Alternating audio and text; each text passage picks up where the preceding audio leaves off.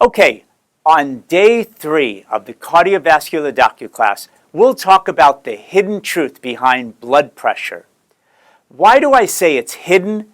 Because for most people, the true cause remains a mystery, and most are told they just have to live on blood pressure medication for the rest of their life.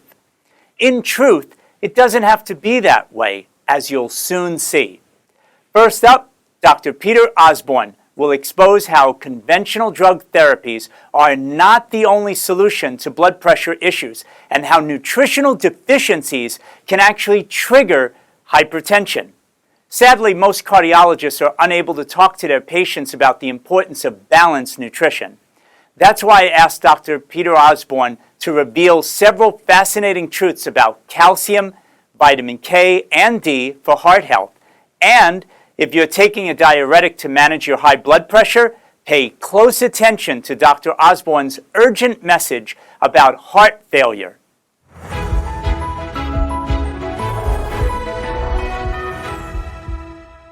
Okay, so Dr. Osborne, I have a feeling that this is going to be very interesting for most people who never hear this from conventional cardiology. The truth about blood pressure. Is it just a matter of taking a drug? We must just need a drug. If we have high blood pressure, you got to go for the drug, right? I say it depends on your personal philosophy of how you want to view your health. I'm not going to ridicule or chastise anyone if that's the solution they're after. However, I will say this. Look, blood pressure being elevated is a symptom. And, it would be no different than if you had, wood flakes falling out of your kitchen cabinet. You could sweep them up every time they fell down, or you could investigate for termites and find what the real cause of that would be. And I look at blood pressure much in the same way. Blood pressure, when it's elevated, there are various number of reasons. I mean, it's a multifactorial type of issue. There are a number of different things that can contribute to it, but it's always important to do a thorough investigation about what those things might be for an individual. Yeah, I know in conventional cardiology, they'll probably say something like, are you under a lot of stress? And kind of leave it at that. And they do, just all kidding aside, just say that the need is you have to take a drug. But there's a lot of side effects to that, unwanted side effects to it. And I know you're going to talk about nutritional deficiencies actually pushing this risk higher for someone to be hypertensive, like magnesium. How is that a connection? So magnesium is an electrolyte. Magnesium, calcium, potassium are, I look at, potassium most people know is an electrolyte, but very few people think about calcium or magnesium as electrolytes. And as electrolytes, one of their jobs is to help maintain the electrical current flowing through your heart, flowing through your blood vessels. And magnesium deficiency directly, we know, causes high blood pressure. Look, one of the treatments for high blood pressure of pregnancy is magnesium IV, magnesium sulfate in the hospital. If you're a pregnant woman, you've ever had a baby listening to the show, and you had preeclampsia, which is basically high blood pressure during pregnancy, they put you on magnesium sulfate in the hospital, and it normalized your blood pressure. So we know magnesium is very, very potent vasorelaxer. It just helps vasodilate and it helps relax. Remember, your blood vessels, just like your heart, are muscles. And what happens to a muscle when it doesn't have enough electrolytes? You ever had a go running and you get a cramp, right? Because you're dehydrating and your electrolytes are pouring out of you through your sweat. Well, the same thing can happen to your heart. The same thing can happen to your blood vessels. If your diet is poor in magnesium, those blood vessels are going to be more prone to contracting. So that's one of the mechanisms, just one of the mechanisms behind magnesium. Magnesium's got, it's arguable about 900 functions depending on who you read and who you ask. But one of those functions of magnesium is that it regulates muscle tonicity, both in your skeletal muscles, meaning your physical muscles that you control, but also in your heart and also in your vascular tree. Before we jump to calcium, I already had just such a common sense, good thought from what you just said. This idea that, stress is causing your blood pressure to go up. Yet, if you have enough magnesium, if you're feeding yourself well, so I wanted to ask you where good sources of magnesium would be, for people that have that on board, you're less sensitive to the stress. Or maybe a better way of putting it is, you can handle stress better, just a common sense level, if you're well nourished. So it's really important that people get this message from you, right? Absolutely. Stress is an accumulation of environmental factors that wear your body down, right? And so stress can be chemical, meaning it could be what you eat, right? You could be eating things that are stressing your body out. If you're eating ice cream and drinking a soda every night before you go to bed, that's not helping you, that's stressing you. If you're not sleeping, that's stressing you. If you're not exercising, that actually is stressing you. If you exercise too much, that can stress you. If you get regular sunshine, that helps to kind of tone your stress. But if you get too much, a sunburn is stressful. So, there are a lot of different things that can apply to increasing or modulating your stress. But interestingly enough, too, that you should understand is that too much stress over time depletes magnesium. So there's a connection between magnesium deficiency causing high blood pressure and stress. So you mentioned because the doctor says, oh, you're just stressed. Well, is my blood pressure high because the stress I'm under is depleting my magnesium?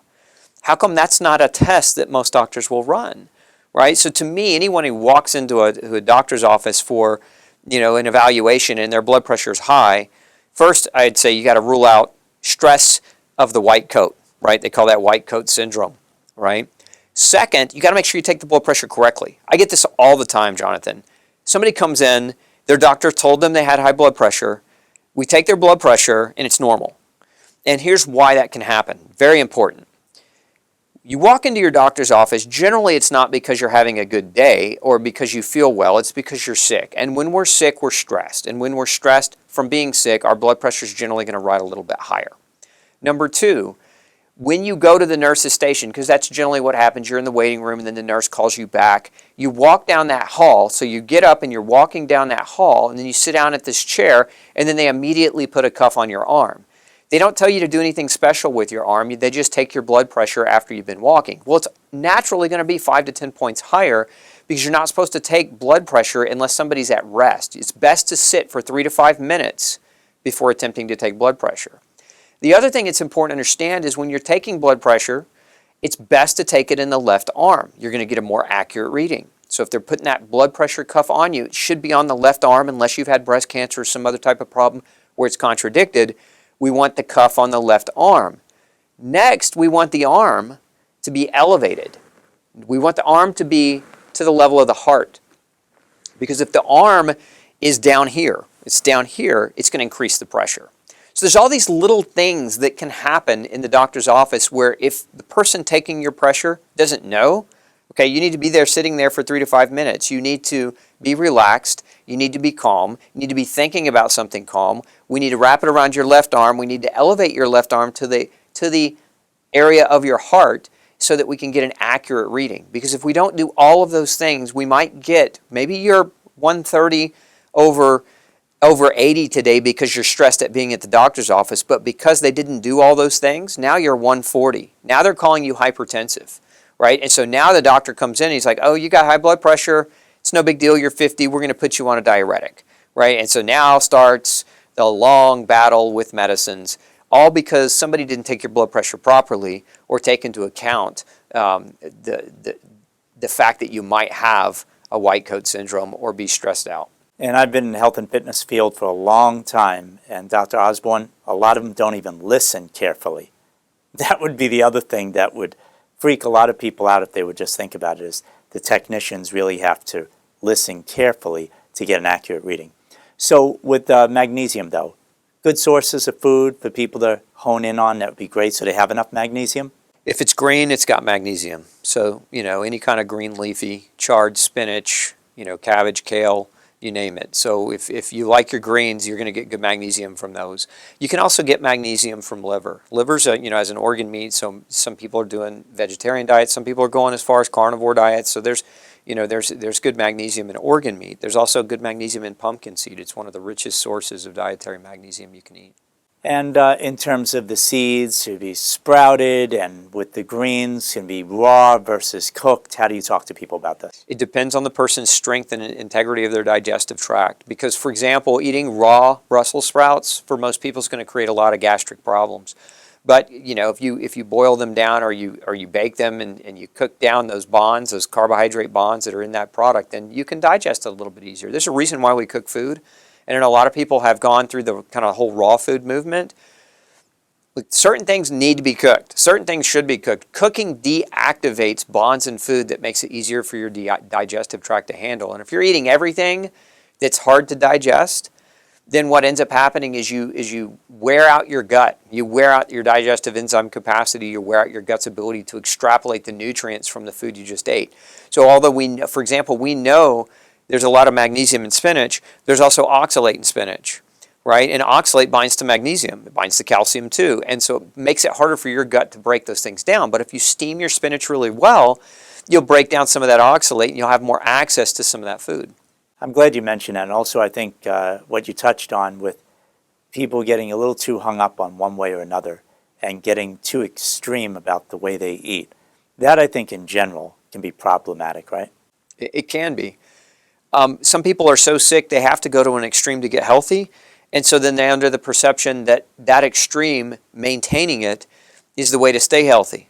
And it isn't, right? I mean, a perfect example of that would be something like a carnivore diet. Now, there are probably a lot of doctors that will have different opinions than me, and I respect their opinions. But if you have a problem in your GI tract and you're not capable of breaking down plant-based lectins, oxalates, phytates, a number of these different, very difficult to break down bonds in plants, you may do really, really well healing your GI tract by eating meat for a time. Only meat, only animal products, only liver and organ meats. But you're going to get to a point where your gut and its resiliency recovers. And so introducing or reintroducing some plant-based foods is not a bad idea. It's actually balance. If we look at any walk of life, it's always been about balance. Not, one end of the extreme or the other end of the extreme always tends to lead to problems. But again, sometimes we have to implement extremes to counter extremes of another variety. Right, just like what you were saying, somebody on, say, the Gerson therapy or just juicing or water fasting or all these things. That's the idea. You have so much plaque and fast food and you ate junk and all that. You could feel fantastic, but then at a certain point you've cleaned out, you've detoxified so much, maybe you need to change the way you're eating, right? That's fair. Yeah, bring it back to a more of a centrist attitude. Okay, so let's move on. Calcium, I've heard from a lot of integrative healthcare providers that I've interviewed. I'll just tell you up front. Calcium supplementation is just insane. Shouldn't do it. People's bodies in general are calcified.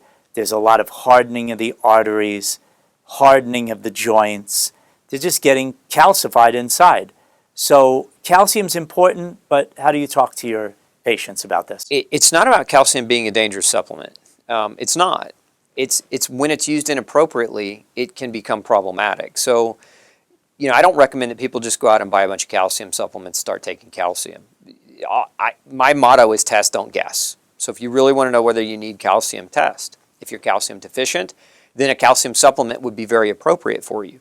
But you also have to consider the biochemistry around nutrients as well. So for example, where a lot of cardiologists and doctors maybe you've talked to are concerned about calcium already hardening the arteries, it's because the person also has a vitamin K deficiency. Vitamin K helps put the calcium from your blood into your bone, right? And for some people, it's vitamin D deficiency because vitamin D deficiency, not getting enough sunshine, it's a primary source of vitamin D, right? But not getting enough sunshine, not getting enough vitamin D will cause your bones to release calcium into your bloodstream at an accelerated pace. And so you may have plenty of calcium floating around in your bloodstream, but you don't have calcium getting into your muscle cells very well. Remember, your heart's a muscle, your blood vessels are muscles. So you can have the appearance of even elevated or normal looking calcium in your serum, but inside your cells you could actually be calcium deficient. So it's important to understand, in my opinion, work with an expert who understands biochemistry of nutrition and who knows how to measure these different compartments of where you store calcium, magnesium, vitamin D, vitamin K, so that you can be put on supplementation that works with you as opposed to working against you. So do you feel that most people with heart disease in general need supplementation of calcium? Do you start first working with them on the foods that they're eating? Talk about some of the foods then. For me, I always test first because I want to know, even if I'm approaching it from food and not supplements, if a person's deficient in calcium, what foods are we going to eat?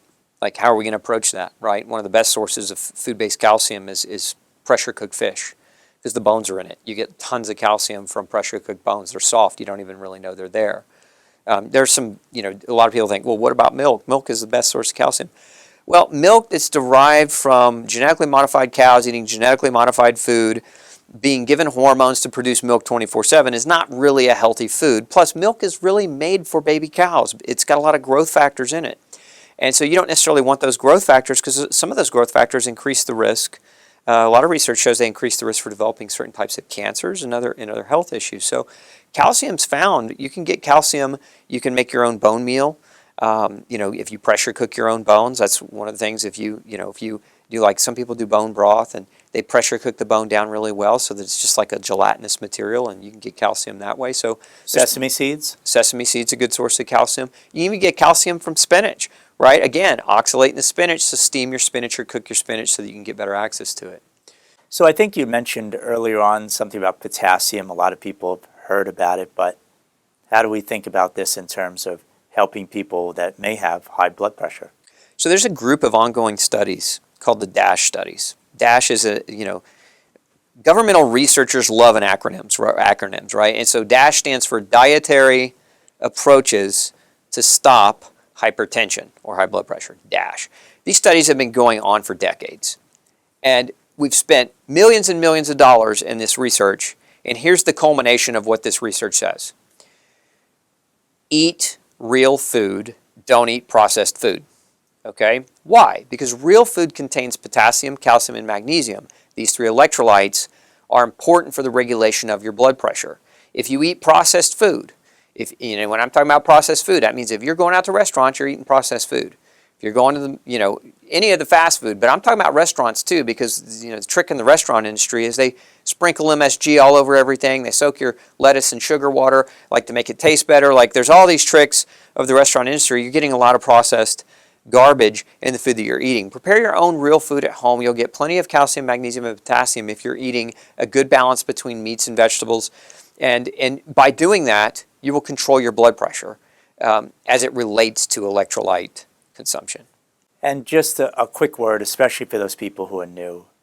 You hear a lot in the conventional media outlets. They talk about how organic, non-organic food, the nutrient levels are exactly the same. There's no difference at all, and I know they love to downplay the importance of organic. But how do you talk to your patients about the importance of organic food, local farms, all of that good stuff that I think people should be really paying much more attention to? So the nutrient value is different. It actually is. It's been studied. A number of different studies have shown that produce grown in organic soil have a higher nutritional quality and a higher nutritional density. And they have an unknown factor. Like there's always what we call the unknown in science, but what we're starting to learn. And one of the things is the diversity of the microorganisms in healthy organic soil versus the soil of a mass production farm. I'll give you an example. There's a chemical spray called glyphosate, Roundup, if you've heard of the chemical. Well, they just sued the company that produces Roundup and proved that it caused cancer, and it was a $10 billion payout or lawsuit. So the people that are naysayers aren't keeping up with what's really current. But my point is one of the things that glyphosate does is it's a chelating agent. That means it binds to minerals. Well, it binds to minerals in the soil. So if you're a farmer and you've been spraying your field year after year after year growing crops, and you have all this poison in the soil and it's bound up all your selenium and all your calcium and all your minerals, right? Your chromium, your zinc, your boron, your vanadium, your copper, etc. Now what you have is a food product that's devoid of trace and ultra-trace minerals. And you have to understand trace and ultra-trace minerals, some of their jobs are cardiovascular regulation. They regulate blood pressure. They regulate inflammation. They produce they drive antioxidant systems that help protect your heart from free radical damage. So they're very, very important. So organic food matters. You want to know where your food comes from, and you definitely want to choose organic. And look, if we all did it, the cost would go down, right? I mean, the only reason it's more expensive today is because we've accepted as a society this social enigma of poisoning the earth to provide food that we call food, or rather to provide poison that we call food, because most of the food that's grown conventionally, yes, it sustains us calorically, meaning you can get calories from it, but it doesn't sustain you nutritionally. It doesn't sustain you from a micronutrition, the vitamins, the minerals. And so what happens is when your body starts to lack vitamins and minerals, it loses its vitality.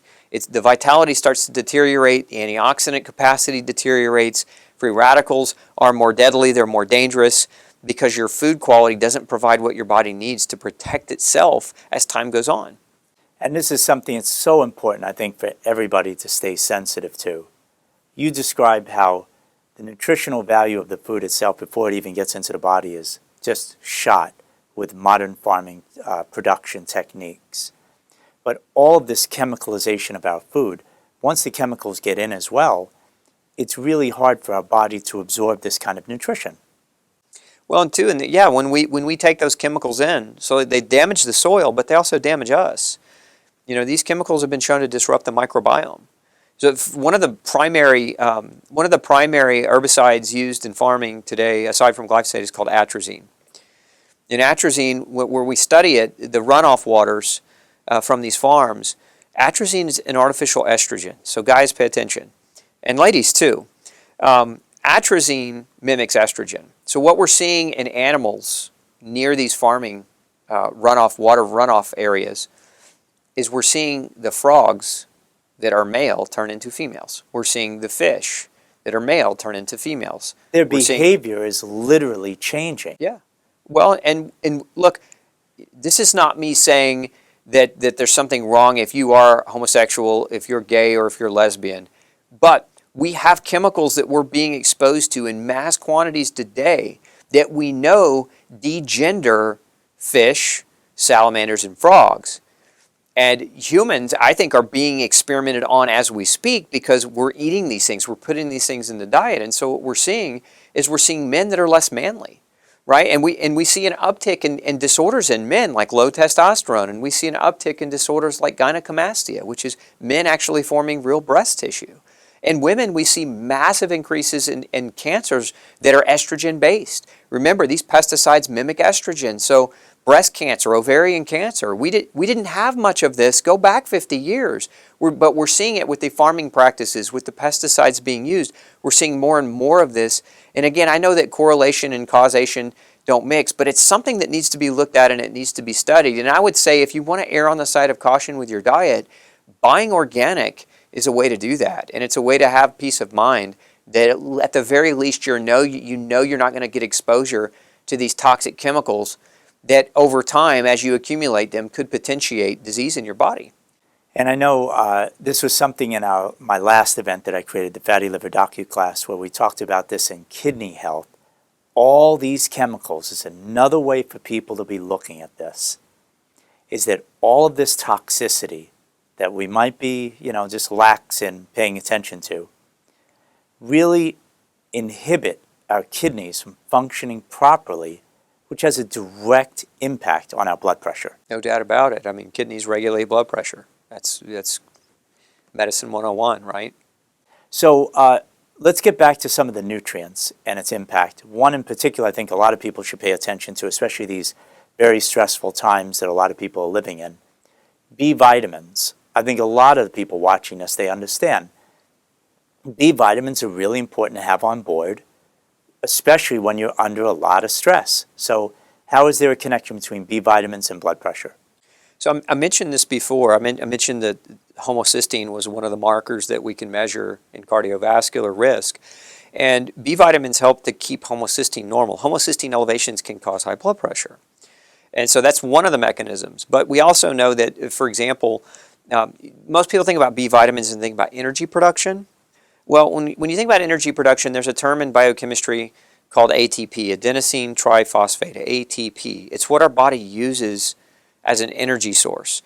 And you can't make it or produce it without B vitamins. So what happens when you have low levels of B vitamins? Your muscles struggle to generate energy, right? Well, part of those muscles, your physical muscles, but your heart and your blood vessels. So what is the job of the heart? It's to pump the blood, because the blood carries what? It carries nutrition, but it also carries oxygen.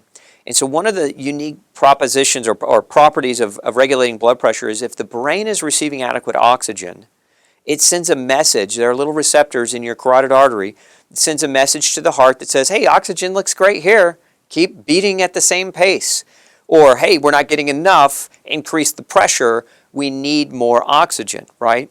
So So if you don't have adequate B vitamins to generate adequate energy for your heart to work efficiently as a pump, and your brain starts to become deprived of oxygen, and that in and of itself as a mechanism can cause a response for the blood pressure to be elevated because the brain is starving. So vegans in particular, I know, might have, over a long period of time, might have an issue with B12. Talk about some of the food sources where people can get enough B vitamins in their diet. The richest source of B vitamins is animal product, no doubt about it. Animal meats, the richest source of B vitamins, hands down. But you can also get, B vitamins are found in nuts, they're found in seeds, they're found in a number of different plants, vegetables, and even fruits. So they're pretty ubiquitous. The problem with B vitamins is most people eat so much processed food. See, going back to grain, the U.S. banned the sale of grain in 1943. Okay, why? Because it was shown to cause B vitamin deficiency. And so we had 8,000 people every year were dying from pellagra, which is vitamin B3 deficiency. But we had people that were suffering from beriberi, which is vitamin B1 deficiency as well. So these 8,000+ deaths a year being caused by B vitamin deficiency because people were consuming processed grains. So the government said you can't sell your grain anymore unless you add or fortify it with B vitamins. This is why when you look at a loaf of bread or box of cereal, it says fortified with, and you'll see thiamine, you'll see niacin, you'll see folate, you'll see certain nutrients that are present. And the reason why, it's not because of the benign intent of the food manufacturer, it's because they can't sell it to you unless they add the nutrient. So kind of the way the marketing spin is, hey, eat more of us because now we're fortified and we're even healthier for you, as opposed to, hey, eat more of us, we'll kill you, right, with B vitamin deficiency. So we have to add synthetic vitamins to food when it's processed like that to maintain that a person doesn't develop massive disease. And understand that vitamin B1 deficiency causes heart disease. The name for that disease, beriberi, right? There's two forms of beriberi. There's wet and dry beriberi. Wet beriberi affects your heart, so it causes congestive heart failure. It causes high blood pressure. So all by itself, vitamin B1, we know, is a cause of high blood pressure. Now, I want to talk about something else because there was a study done in hospitals on patients who were taking diuretics for high blood pressure. Okay, so if you're on a diuretic, pay attention. Diuretics deplete vitamin B1. Number one, they deplete it through your kidneys. They cause you to pee out more of your vitamin B1, but there has actually been studies that show that diuretics inhibit the uptake of vitamin B1 by your heart cells.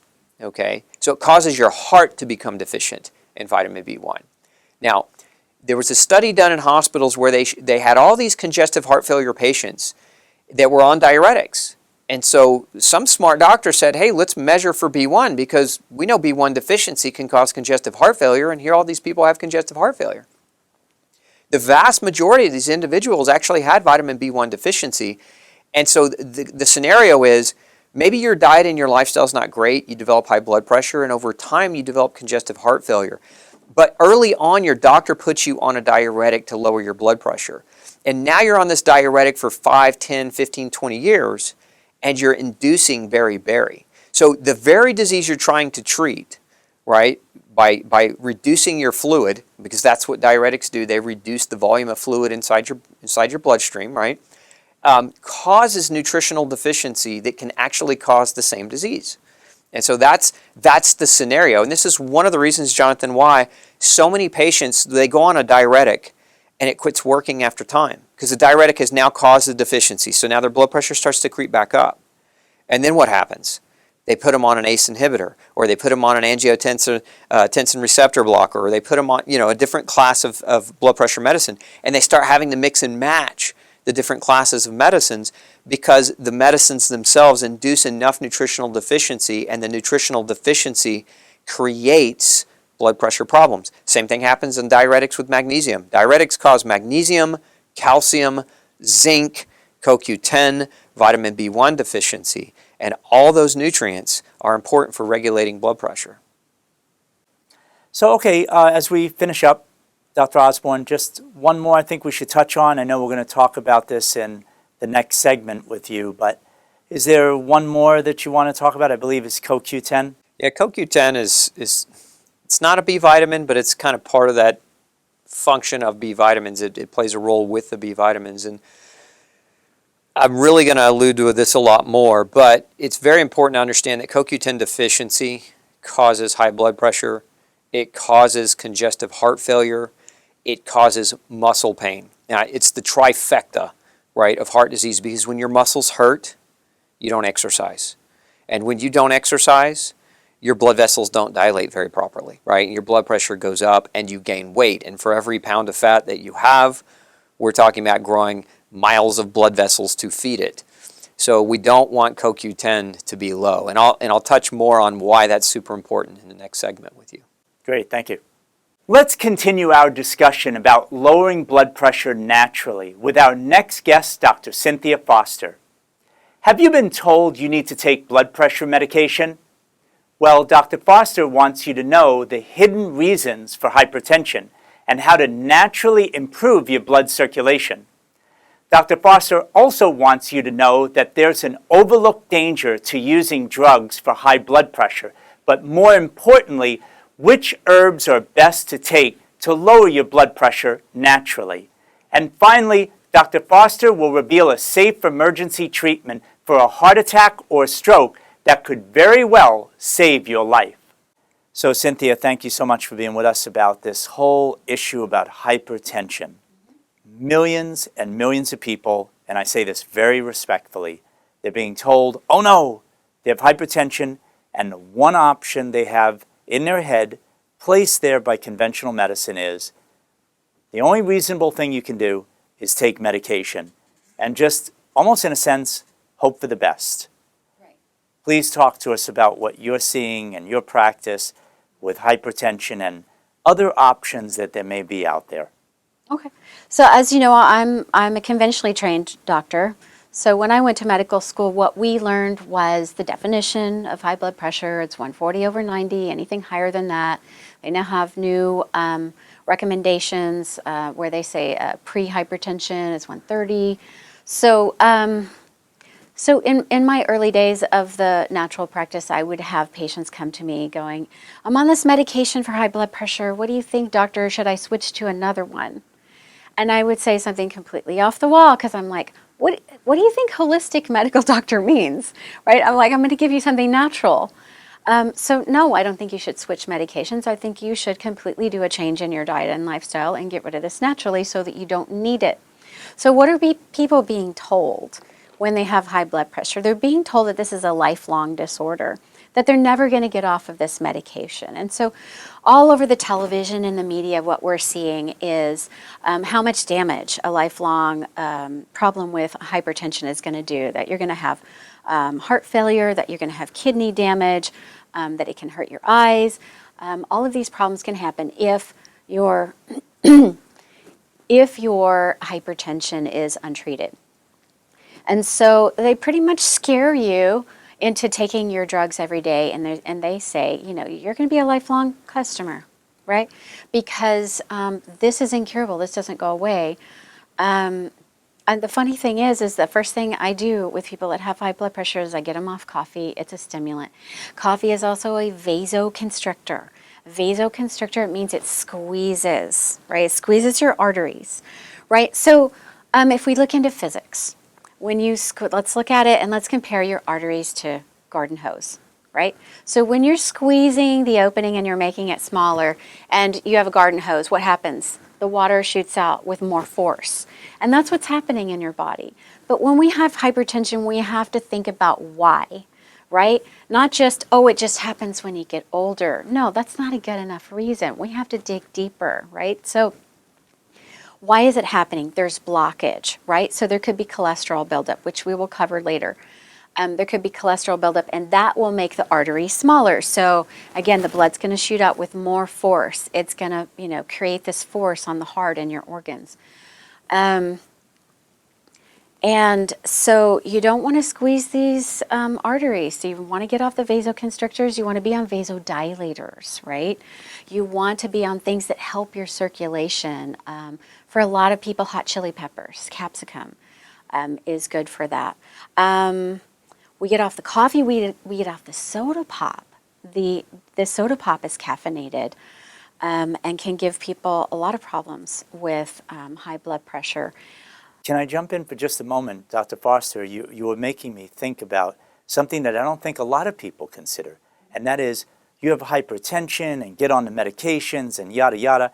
That's a story that people hear, but what about kidney function as well? You were talking about like downstream, upstream issues that are causing the blood pressure to go up. You want to speak to that for a moment?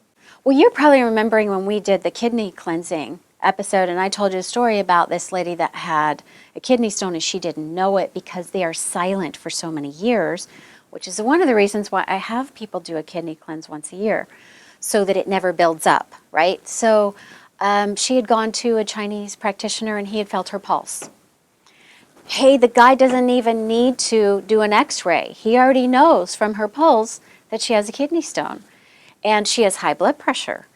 And he goes, I'm going to give you some herbs for, take these for 6 months. It'll slowly dissolve the kidney stone. And I'm like, let's get in there. Let's do a juice fast, because I am well known for this, doing a juice fast. Let's do things really quick. She did a juice fast. She took the kidney bladder cleansing herbs. A lot of them, like, there are specific stone busting herbs, but the kidney herbs, uva ursi and things, they'll dissolve those stones. So we did that with her. It only took a week. She did the juice fasting. She did the kidney bladder formulas. There's a tea, there's a tincture. And within a week, she said she had a slight feeling in her groin, and then it passed, and then she passed the stone. But the interesting thing is what happened after she passed the stone is that she started getting palpitations. And I went, uh-oh. Why is she getting palpitations? I knew she was on blood pressure medication. She was still on it. And I said, you're still on your blood pressure medicine, aren't you? And she goes, yeah. And I said, check your blood pressure, because that's a symptom of low blood pressure. So she checks her blood pressure and she goes, it's low. And I said, I guess you don't need your blood pressure medicine anymore, right? And then before you say, oh, what if it went back up? Isn't that irresponsible? I kept checking in with her. It never went back up. She had some kind of blockage in there, and that was why she had high blood pressure, right? Now, some people may have different kinds of blockages, so it's not just one kind of blockage that can cause high blood pressure. So it could be that you have a buildup of mucus in your kidneys. Let's say you've had a kidney infection in the past and maybe you took antibiotics. I think it's fine to kill germs, but that's not the whole story. You didn't take herbs to release the waste, to release the mucus. So this is one of the first things that happens when people do a cleanse, is all this mucus and toxins come out, and then your organs kind of clean out. They work better. So now we've cleaned out some blockage, right? We cleaned out kidney blockage, but there could be blockage in the arteries as well, which we will get to. But there are some very specific herbs for high blood pressure. So this is linden flower, and I think I've already mentioned these, hawthorn, motherwort. These are specifics for blood pressure. They will bring the systolic number, and they will bring the diastolic down by, I don't know, maybe 10, 20 points, something like that, right? Now, if you do a juice fast with this, your blood pressure can go a lot down. Juice fasting is amazing for that. Let me jump in for just a second, because I think this is a big warning for people, and I just want to get your feedback on this. Obviously, a lot of people have hypertension, and they're on medications right now. So as they make this transition, the juicing and the taking the herbs and all of this, is it together that they're doing that, and how important is this, just as a heads up for everybody, that they're working with the right practitioner, probably 2 or 3 at this point, but at least the one that prescribed the blood pressure medication, that they're willing to check that blood pressure and make adjustments in medication and possibly take them off if it's appropriate. How important is that? I do a lot of things with getting people off of blood pressure medication. So we'll do a cleanse and I'll tell them you have to monitor your own. So I really encourage people, like, get your own monitor, get the cuff, get the wrist one, and check on your own and see, when you take a remedy, what kind of effect does it have on you? And then you could maybe, a lot of people are open to this. I'll have them chop their pills in half or crush the pills, and so we can cut down by a little bit at once.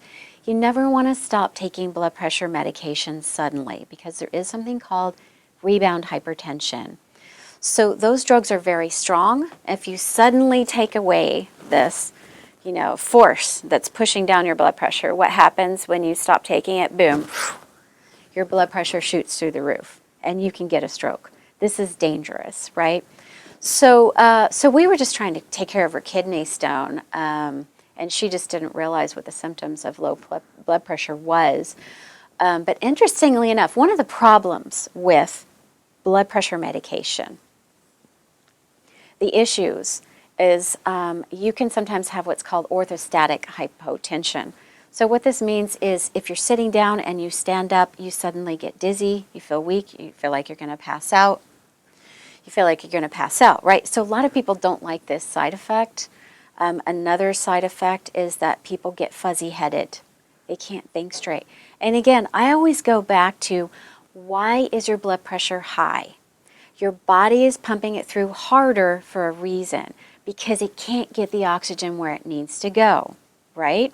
So there is a reason behind what your body's doing. Don't think of your body as the enemy.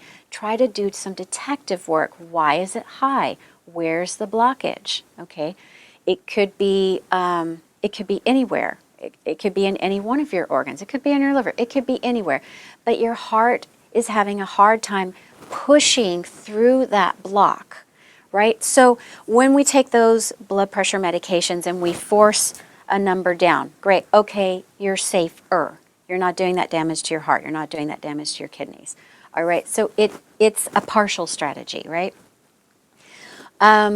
But when you all of a sudden lower it like that and you don't relieve the blockage, now you're going to have oxygen deprivation in other areas of the body. What does that look like? Your brain's not getting enough oxygen. You're going to feel fuzzy-headed. For men, erectile dysfunction, impotence, things like this, because you lowered the blood pressure, but the circulation is not open, right?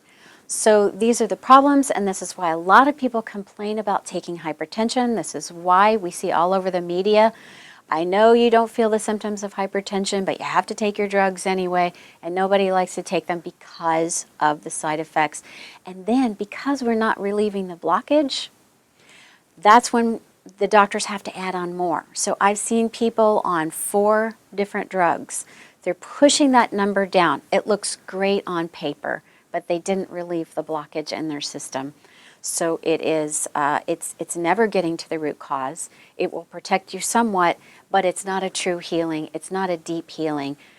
And if you have high blood pressure, you have other issues in your body you need to take care of. If you listen to your doctor, you're going to ignore those issues over the years, and then you're going to end up with a surprise in your 40s and 50s where something breaks down and your doctor diagnoses you with something like cancer, and you went, oh my goodness, it came out of nowhere. It did not, I guarantee you, it did not come out of nowhere. This was something slowly happening in your body over the years. These were blocks. These are toxins accumulating. This was mucus accumulating and hardening. This was cholesterol building up. This was happening over the years, and they didn't see it. It was silent. So this is a wake-up call. A lot of new people, Dr. Foster, who are hearing this for the first time need to understand how so important this is, what you're describing. Western medicine is simply looking at blood pressure as the enemy and the problem in and of itself. And what you're describing is to look upstream always what is causing it. And for all those people who are new to this information, this is absolutely the key. You are not the problem. There are issues that you need to take care of, but high blood pressure can, correct me if I'm wrong, from your experience, can easily be lowered naturally, safely, comfortably, without loading in more toxins. You and I have both worked on the Fatty Liver Docu-Class. All these medications pouring into the body, just trying to forcibly push down blood pressure and adding toxicity to the body. It's a no-win situation in the long term. Right. Wouldn't you agree? Right, right, because what ends up happening in those people is that, I'll have people come to me in kidney failure, and I'll say, how did you get there? And they'll say, I don't know. And I'll go, okay, so we all need to take on a little bit more of a role of educating ourselves so that things like this don't happen, right? So then I said, did you have high blood pressure? Yes. And I said, did you take your medication? And they said, yes. And I'm like, wow, I guess that strategy didn't work. They listened to their doctor. They ended up in kidney failure anyway. And that is the damage of high blood pressure, is that you didn't release the blockage, you didn't release the root cause, or you went into congestive heart failure. A lot of people come to me, they're in congestive heart failure, and I said, how did that happen? And they said, I don't know, I have a weak heart. That's all they know. And I said, okay, did you have high blood pressure? And they go, yes. And I said, and then I say, did you take the high blood pressure medication? Yes. I go, well, I guess that didn't work out, right? And at that point, it's a moot point. Then it just becomes, what do we do now, right? What do we do now about it to heal it? And which we've already talked about a lot of that stuff. But lowering the blood pressure, I have a dual combination that I use. I use the Healthy Heart Formula, the Hawthorn, the Motherwort, the linden flower. Yarrow is a good one too. And then I use proteolytic enzymes, which are amazing because they're dissolving the fibrin. They're dissolving the clots in the body. It's thinning out the blood. So as soon as you thin out the blood, then your blood pressure will go down a little bit. So I do those two. And then I always say, don't just care about the number, care about your colon. What's it doing to your body when you're straining on the toilet every day? What's that doing? It's causing a pressure to build up, and it's going into your brain. And this is a good way to get a stroke, is a lot of people have stroke. They will have a stroke straining on the toilet. So You mean struggling to try to make a bowel movement Yeah. happen, right? yeah, and it will. We call it a Valsalva maneuver, but if you're straining really hard, yes. I went to a seminar once. It was a natural healing seminar, and they said, we got a problem with this guy in the bathroom. Something's wrong. You're a doctor. Go figure it out. So I went in there, and half his face drooping, and I'm like, you're having a stroke. There is an emergency treatment for stroke, actually. You give him a high dose of cayenne. He was not open to doing it, and he ended up in the hospital. But emergency treatment for stroke or heart attack, you give a huge dose of hot chili pepper, they will come out of it. You mentioned something, I think, very quickly that a lot of people are very concerned about. The idea of the thinning of the blood, right? You hear people that are concerned about their blood pressure and they're on blood thinners, and then here it is, they listen to holistically minded people who say, eat your greens, and as soon as you say greens, everybody flips out. The people who are taking the traditional, conventional blood thinning medication, they hear anything green and they think they have to avoid everything at all. How do you talk to people about that? First of all, there's something called a smoothie. You can cover the flavor of the greens. We just finished up the liver healing recipes book, right? And I did a lot of research for that. And the greens, in every case, showed, there was a lot of research showing the benefits for hepatitis, for liver problems, for fatty liver. There is a lot of research there showing what the greens actually do for your liver, as well as other parts of your body. There's so much research on spirulina and chlorella, what it can do for your brain function, what it can do to accelerate your healing from surgery. There's so much that it does. But what I meant specifically was when people are taking the blood thinning medication, they're so fearful of taking anything green that might thin their blood even more. Because of the vitamin that kind K. of thing. They're Yeah. just so fearful. How do you help people through that? I say we have to get you off the blood thinners, and that is a process that we go through. I didn't try to do it in the early years of my practice. I tried to do it later on, and I went, well, what if we went from a long-acting one, warfarin, to a short-acting one, which only lasts 6 hours in your system, and then we can do the switch. We go from long-acting, and then I calculate it out with whatever the half-life is, and then we move to the short-acting one. Because with the long-acting, with the warfarin, the only way you can reverse it is with vitamin K. And because there's such a strong risk of bleeding with that drug, it's scary. And the doctors tell them, don't eat anything with vitamin K in it. And I'm like, if you don't have greens, your body's maybe not going to heal. So we have something that's really in the way, which is one of the reasons why I tell people you have to get off the blood thinner first, and then we can do the healing. Because if I give even like a ginseng, anything with even a mild blood thinning effect, those people can bleed. And I won't do it. I won't hurt anybody. And so I tell them, you can't have this formula if you're on blood thinners. You can't have this one, you can't have that one. And they're like, oh, what do I do? And I'm like, get off of it. How do you do it? There's a step-by-step process.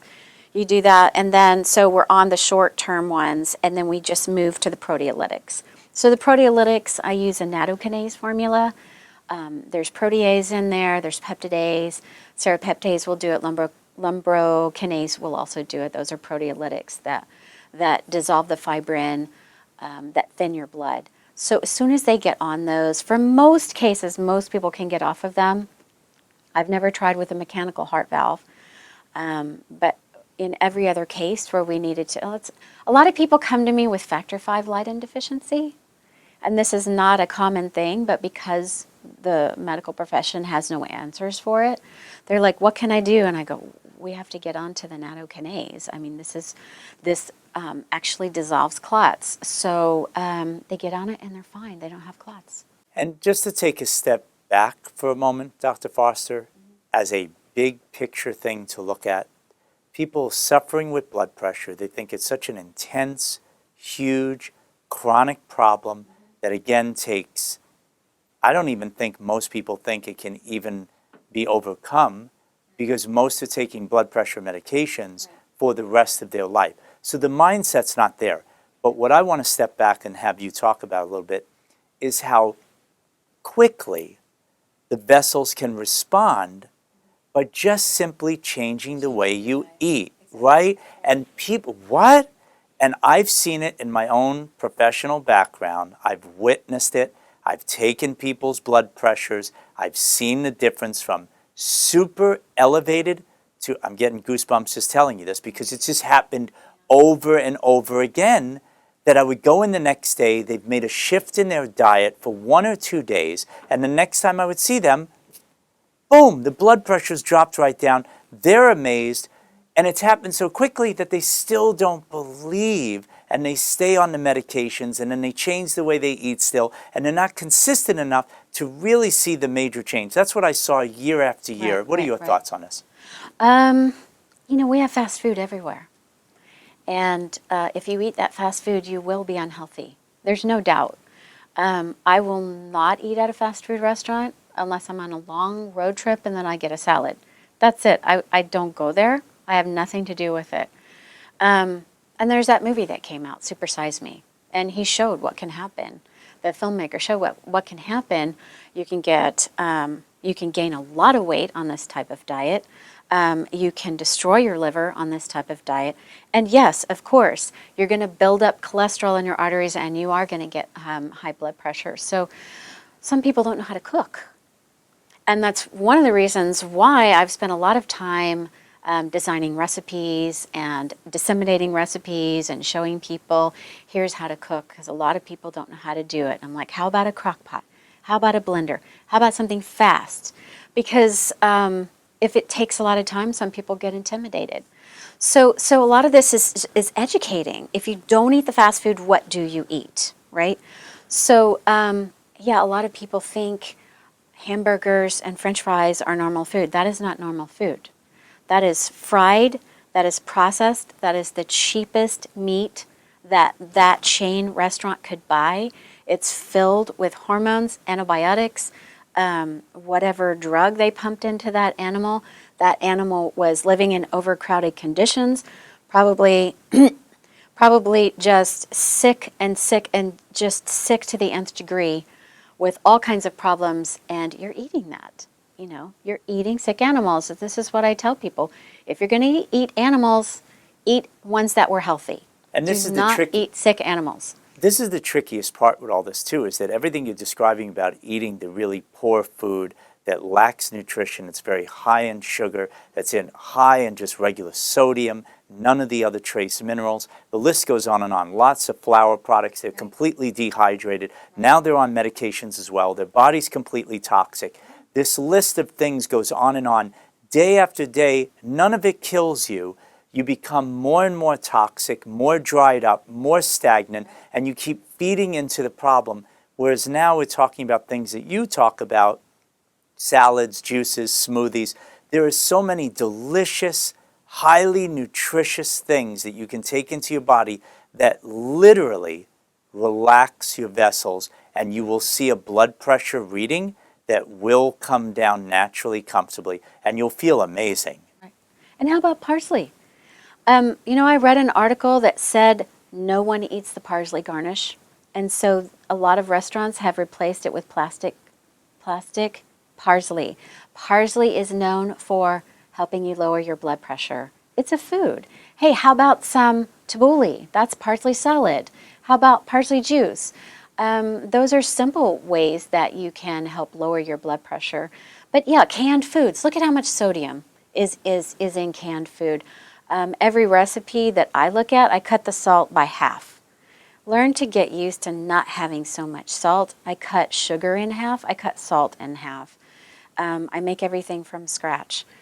So, And before and people no white freak out, flour. Yeah. before people freak out, like you said quickly before, none of this we're talking about, like sort of a one-stop shopping experience and put it all in a pot. A delicious, hearty soup would have so much nutrition, easy to digest, it's fun, and it's actually easy to make. Nothing you're describing here is so hard to do, is it?